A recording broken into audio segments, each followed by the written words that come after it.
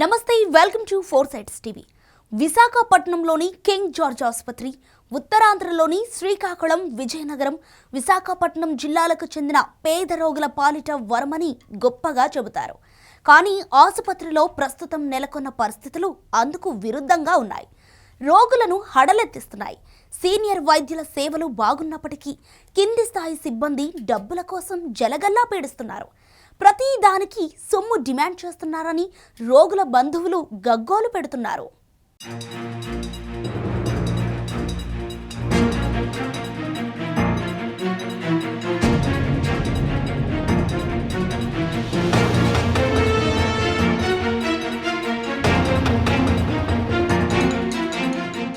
మరోవైపు డ్రగ్ మాఫియాతో కొందరు జూనియర్ డాక్టర్లు, మెడికల్ రిప్రజెంటేటివ్లు చేతులు కలిపి క్లినికల్ ట్రయల్స్ అంటే కొత్త మందుల ప్రయోగ పరీక్షలకు పేద రోగులను టార్గెట్ చేసుకుంటున్నారన్న ఆరోపణలు వెల్లువెత్తుతున్నాయి. రోగుల కోసం ప్రభుత్వం 900 రకాల మందులు సరఫరా చేస్తున్నప్పటికీ అవి పూర్తి స్థాయిలో అందటం లేదు. కొన్ని మందులను రోగులు కొనుక్కోవాల్సి వస్తోంది. మందుల పంపిణీ, కొనుగోలుకు ప్రభుత్వం జారీ చేసిన మార్గదర్శకాలను తుంగలోకి తొక్కుతున్నారని, మందుల దుకాణదారులు ఇచ్చే కమిషన్ల కోసమే ఇలా చేస్తున్నారన్న విమర్శలు వస్తున్నాయి. ఈ నేపథ్యంలో విశాఖ కేజీహెచ్లో రోగులు ఎదుర్కొంటున్న అవస్థలపై ఫోర్ సైడ్స్ టీవీ ప్రత్యేక కథనం అందిస్తోంది. ఉత్తరాంధ్రకే తలామానికంగా ఉన్నటువంటి విశాఖ కేజీహెచ్లో రోగులకు సంబంధించినటువంటి వైద్య సేవలు అందించినప్పటికీ వారికి ఇవ్వాల్సిన మెడిసిన్ పూర్తి తరహాలో అందట్లేదంటూ కూడా ఇక్కడికి వస్తున్నటువంటి రోగులంతా కూడా గగ్గోలు పెడుతున్న పరిస్థితి. ప్రస్తుతం మనం చూసుకుంటే విశాఖ కేజీహెచ్ సంబంధించినటువంటి బయట ప్రాంతంలో ముఖ్యంగా దాదాపుగా ప్రైవేట్ మెడిసిన్కి సంబంధించినటువంటి మెడికల్ స్టోర్స్ ఎక్కువగా ఉన్నాయి. ఈ ప్రాంతాన్ని చూసుకుంటే ఒక ప్రభుత్వ వైద్యశాలకి ఆపోజిట్లో ఉన్నటువంటి మెడికల్ స్టోర్స్ అన్ని ప్రైవేట్ పరంగా ఉండటం వలన లోపల ఇచ్చేటటువంటి మెడిసిన్స్ పూర్తిగా లేవంటూ కూడా సిబ్బంది వ్యవహరిస్తున్న తీరు పట్ల రోగులైతే ఆందోళన అయితే వ్యక్తం చేస్తున్న పరిస్థితి. మొత్తానికి చూసుకుంటే ప్రైవేట్ సంబంధించినటువంటి ప్రైవేట్ మెడికల్ స్టోర్స్ ఏవైతే ఉన్నాయో ప్రైవేట్ మెడికల్ స్టోర్స్ అంతా కూడా వీరంతా ఒక నయా దందా కొనసాగుతున్నటువంటి పరిస్థితి. ప్రస్తుతం కేజీహెచ్లో ఉన్నాం. కేజీహెచ్లో ప్రాంతం అంతా కూడా మెడికల్ మాఫియాతో తయారైన పరిస్థితి. ముఖ్యంగా ఇక్కడికి వచ్చే రోగులందరికీ కూడా పూర్తి తరహాలో మెడిసిన్స్ అందట్లేదు అంటూ వారంతా ఆవేదన వ్యక్తం చేస్తున్న పరిస్థితి. పేద మధ్యతరగతి ప్రజల వైద్య అవసరాలను తీరుస్తూ ఉత్తరాంధ్రకై తలమానికంగా నిలిచిన పెద్ద ఆసుపత్రి విశాఖ కేజీహెచ్లో పరిస్థితులు పైన పటారం లోన లొటారం అన్న రీతిలో తయారయ్యాయి. రోగులకు డాక్టర్లు రాసిచ్చిన మందుల్లో కొన్నింటినే కౌంటర్లలో ఇస్తున్నారు. మిగిలిన వాటిని బయట కొనుక్కోమంటున్నారు. మందుల దుకాణదారులతో కొందరు డాక్టర్లు కుమ్మక్కై కమిషన్ల కోసం కక్కుర్తి పడుతున్నారని, అందుకే ఇలా జరుగుతోందని చెబుతున్నారు. వాస్తవానికి ప్రభుత్వ ఆసుపత్రుల్లో మందుల కొనుగోలు, పంపిణీకి ప్రభుత్వం ప్రత్యేక మార్గదర్శకాలతో ఒక విధానాన్ని రూపొందించింది. సాధారణంగా సెంట్రల్ డ్రగ్ స్టోర్స్ నుండి వీటిని సరఫరా చేస్తారు. అవసరమైనప్పుడు మందులను కొనుగోలు చేయడానికి ఆసుపత్రి సూపరింటెండెంట్కు ప్రత్యేక అధికారం ఉంటుంది. అయితే చాలా ఆసుపత్రులతో పాటు విశాఖ కేజీహెచ్లో కూడా ప్రభుత్వ మార్గదర్శకాలు అమలు కావటం లేదంటున్నారు. మరోవైపు ఉత్తరాంధ్ర జిల్లాలతో పాటు ఒడిశా, ఛత్తీస్గఢ్ వంటి పొరుగు రాష్ట్రాల నుండి వచ్చే నిరుపేద రోగులను టార్గెట్ చేసుకుని మెడికల్ మాఫియా రెచ్చిపోతోంది. కొత్త మందులను మార్కెట్లో ప్రవేశపెట్టడానికి ముందు చేసే క్లినికల్ ట్రయల్స్ అంటే ప్రయోగ పరీక్షలను ఇక్కడి రోగులపై చేస్తోందన్న ఆరోపణలు వెల్లువెత్తుతున్నాయి.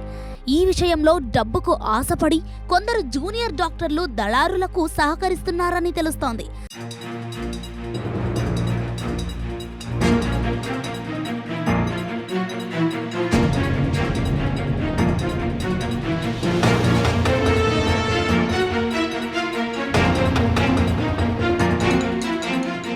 దీంతో రోగుల బంధువులు భయపడిపోతున్నారు. వార్డుల్లో పనిచేసే ఆయాలు, వార్డు బాయ్లు చేతి వాటానికి అలవాటు పడి రోగుల నుండి అందిన కాడికి దోచేస్తున్నారని రోగుల బంధువులు ఫిర్యాదు చేస్తున్నారు. కేజీహెచ్లో మందులు అరకొరగా ఇస్తుండటంతో ఆసుపత్రి బయట మెడికల్ షాపులు పుట్టగొడుగుల్లా పుట్టుకొచ్చేశాయి. ఇష్టానుసారం అధిక ధరలకు అమ్మకాలు జరుపుతున్నాయి. మరోవైపు డాక్టర్లు కావాలంటూ ప్రైవేట్ ఆసుపత్రుల వారు కేజీహెచ్ ఆవరణలో పోస్టర్లు పెడుతున్నప్పటికీ అధికారులు పట్టించుకోవడం లేదు. ఆసుపత్రిలో సమస్యలను, సిబ్బంది రౌడీజాన్ని విశాఖ నగరంలోని మల్కాపురం ప్రాంతానికి చెందిన రోగి బంధువు శివ కళ్లకు కట్టినట్టు వివరించారు. ఈ నెల మొన్న శుక్రవారం జాయిన్ అయ్యామండి. జాయిన్ అయితే మొన్న మేము ఆపరేషన్ థియేటర్కి వెళ్ళాం. మా నాన్నగారు చేయి బాగోపోతే ఆపరేషన్ థియేటర్కి వెళ్తే ఆపరేషన్ చేసి పంపించినప్పుడు డాక్టర్ గారు బాగానే అన్ని చెప్పారు. తర్వాత మా కింద తీసుకెళ్తుంటే అక్కడ ఉన్న వార్డ్ బాయ్స్ కానీ వాళ్ళందరూ కూడా చాలా ఇబ్బంది పెట్టి మాకు డబ్బులు కావాలి డిమాండ్ చేస్తున్నారు. డిమాండ్ చేసి పోనీ ఎంతో కొంత 100-200 చేతరెడతాం అంటే అలా కూడా ఒప్పుకోవట్లేదు. మా డిమాండ్ చేసి మా దగ్గర డబ్బులు తీసుకుంటున్నారు. సిఎస్ఆర్ వార్డు మా ఉండేది సిఎస్ఆర్ వార్డులో ఉన్నామండి. ఆపరేషన్ థియేటర్ దగ్గర పైన ఏమో 4th ఫ్లోర్లోనూ లెఫ్ట్ సైడ్లోనూ బ్లాక్ అని మాకు క్లారిటీ తెలియదు. అక్కడ ఇలా జరిగింది. కింద నుండి వాళ్ళు మాత్రం చాలా రౌడీజం చేస్తున్నారు. డబ్బులు ఇస్తున్నా కూడా ఆ బెదిరించి తీసుకుంటున్నారు. మనం ఇప్పుడు వీల్ చైర్ ఏమి కావాలని తీసుకొని వెళ్ళామనుకో సెలపెట్టి తీసుకెళ్ళాలి. ఆక్సిజన్ కావాలని సెలపెట్టి తీసుకెళ్ళాలి. ఏవి కావాలని సెలపెట్టి తీసుకెళ్ళాలి. అక్కడ తీసుకెళ్ళినా సరే మనం తీసుకెళ్ళినా పర్లేదు. అక్కడికి వెళ్ళిన తర్వాత కూడా మన పని మనం చేసుకున్నా సరే అక్కడ వార్డు బాయ్కి డబ్బులు ఇవ్వాల్సి వస్తుంది. వార్డు బాయ్ చాలా డిమాండ్ చేస్తున్నారు. వార్డులో ఉన్న వాళ్ళందరూ కూడా అంటే మీ ఉన్న వార్డులో కాదు కానీ పైన ఐసీయూ దగ్గర వార్డుదారు ఉంటారు, వాళ్ళు ఇబ్బంది పెడుతున్నారు. చికిత్స అనంతరం డాక్టర్లు రాసిస్తున్న మందుల కోసం అటు ఇటు తిరగాల్సి వస్తోందని విశాఖ నగరంలోని మురళీనగర్ ప్రాంతానికి చెందిన రోగి చెప్పారు. దీనివల్ల చాలా ఇబ్బంది పడుతున్నామని వాపోయారు. మందులు పైన లేవంటారండి, కింద స్టోర్లో ఉంటున్నాయి. చేసి వాళ్ళు చెప్తే ఇస్తారు, లేదంటే ఇవ్వట్లేదు. అంతే గ్యామ్లింగ్, ఇంకేటుంది అందులో చెప్పుకోదాకే. ఈ మధ్యకాలం పాటు తగ్గుతుంది మెడిసిన్స్.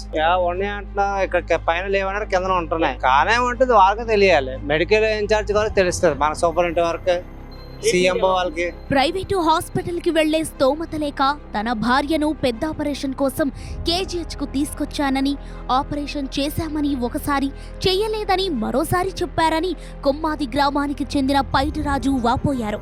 అసలేం జరుగుతుందో తెలియడం లేదన్నారు.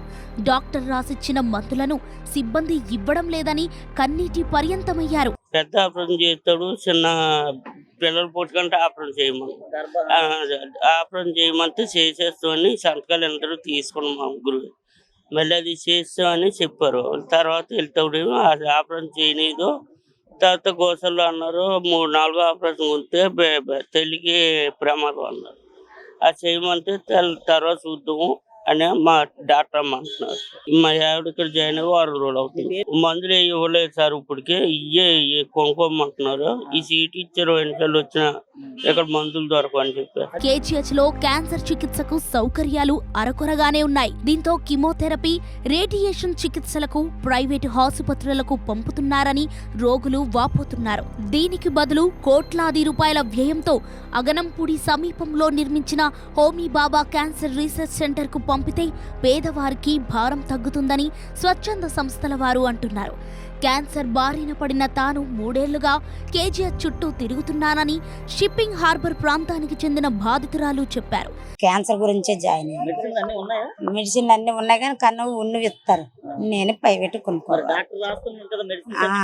ఎక్కడ అంటే ఇందులో మాత్రలు మందులే అవుతున్నాయి. మందులంటే మామూలుగా కిమోలు అవుతున్నాయి. ఇంక మాత్ర అనేది ఇంకేటి ఇవ్వలేదు. కిమోలు కరెక్ట్ గా పెడుతుంటారు. టాబ్లెట్ అంతే ఇక 3 నెంబర్ రాస్తారు. అవి వాంతలకి జ్వరం వచ్చినా అటుక వేసుకోవడానికి అవి టాబ్లెట్లు ఇస్తారు. అంతే, టాబ్లెట్ నాకు ఇవ్వలేదు. ఇప్పుడు కిమోలే అవుతున్నాయి.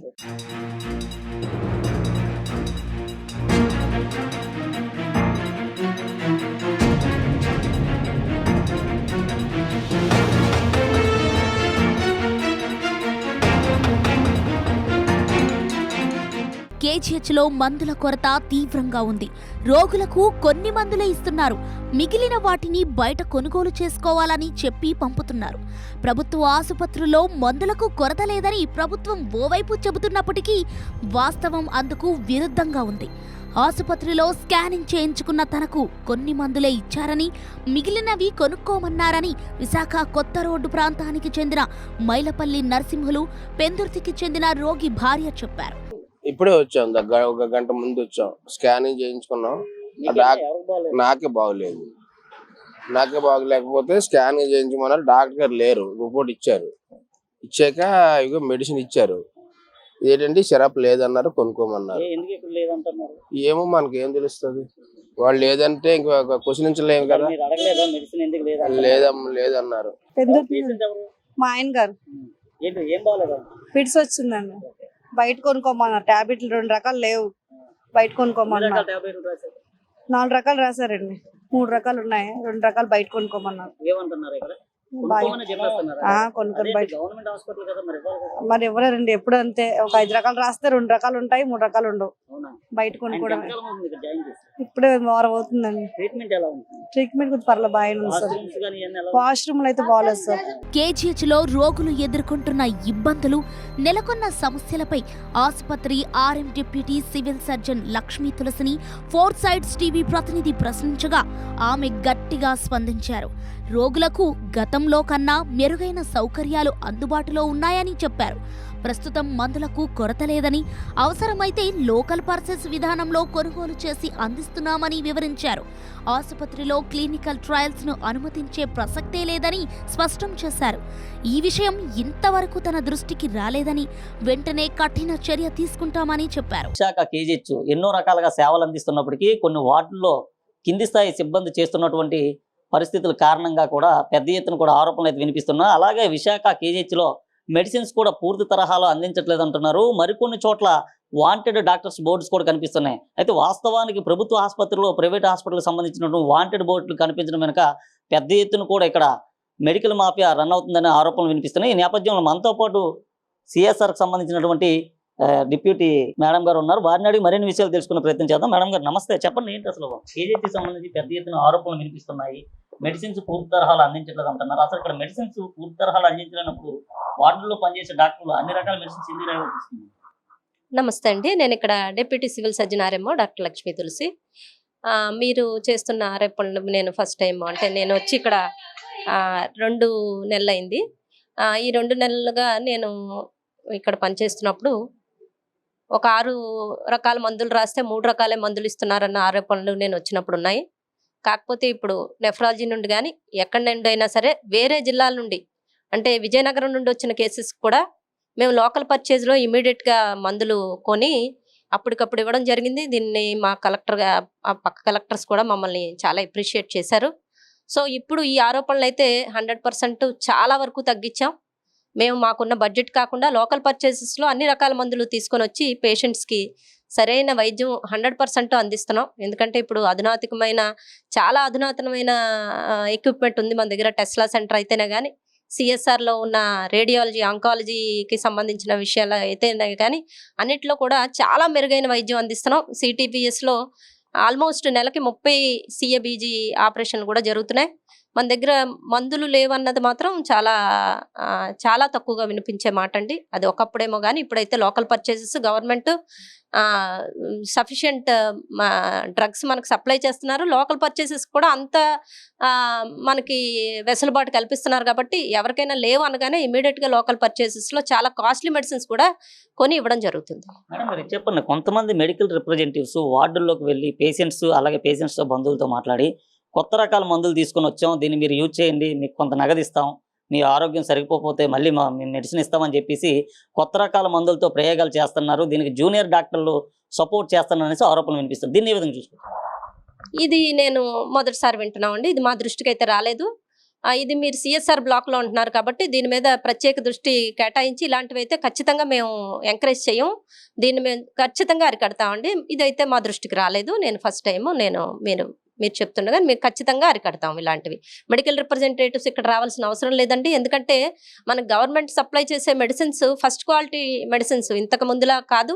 చాలా ఫస్ట్ క్వాలిటీ మెడిసిన్స్, అన్ని రకాల మందులు అసలు లేదంటూ లేదు మన దగ్గర. సో ఇలాంటివి అంటే మనం అసలు మెడికల్ రిప్రజెంటేటివ్స్ని మన హాస్పిటల్లోకి అసలు మనం ఎలవ్ చేయట్లేదు. సో ఇలాంటివి అయితే మాత్రం మేము ఖచ్చితంగా దీని మీద యాక్షన్ తీసుకుంటాం.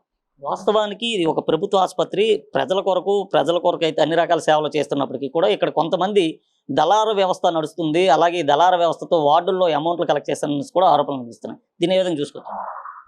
ఈ దళారు వ్యవస్థ అన్నది మా దృష్టికి వచ్చిందండి. అంటే ఎలా అంటే మేము ఇప్పుడు థర్డ్ పార్టీ నుండి సెక్యూరిటీ అండ్ శానిటేషన్ మేము చేసుకున్నాము.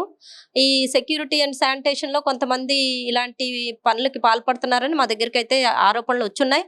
అలాంటి వాళ్ళ మీద మేము చర్యలు తీసుకొని అలాంటి వాళ్ళని మేము తొలగించడం కూడా జరిగింది. నేను వచ్చిన తర్వాత 2-3 కూడా అలా తొలగించాం.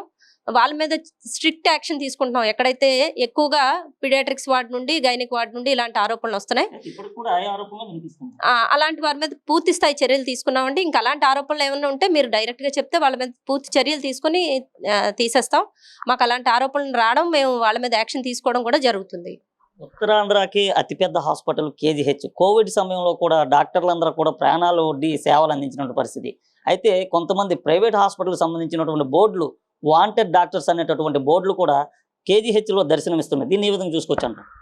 అది ఇప్పుడు మీరు చెప్పారు మార్చురీ దగ్గర బోర్డ్స్ ఉన్నాయని, నేను అలాంటివన్నీ తీయించేస్తానండి. వాంటెడ్ డాక్టర్స్ అంటే వాళ్ళు డ్యూటీ డాక్టర్స్ కోసం, అంటే అక్కడ మార్చురీ దగ్గర అంటే అక్కడ పీజీ హాస్టల్స్ అవి ఉన్నాయి కాబట్టి డ్యూటీ డాక్టర్స్ కోసం పెట్టారేమో. మేము చూసి ఆ హాస్పిటల్స్ కూడా మేము కమ్యూనికేట్ చేస్తాం, ఇలాంటివన్నీ హాస్పిటల్లో పెట్టకూడదని. ఇక మీదట అలాంటివి లేకుండా పూర్తి స్థాయి చర్యలు తీసుకుంటామండి.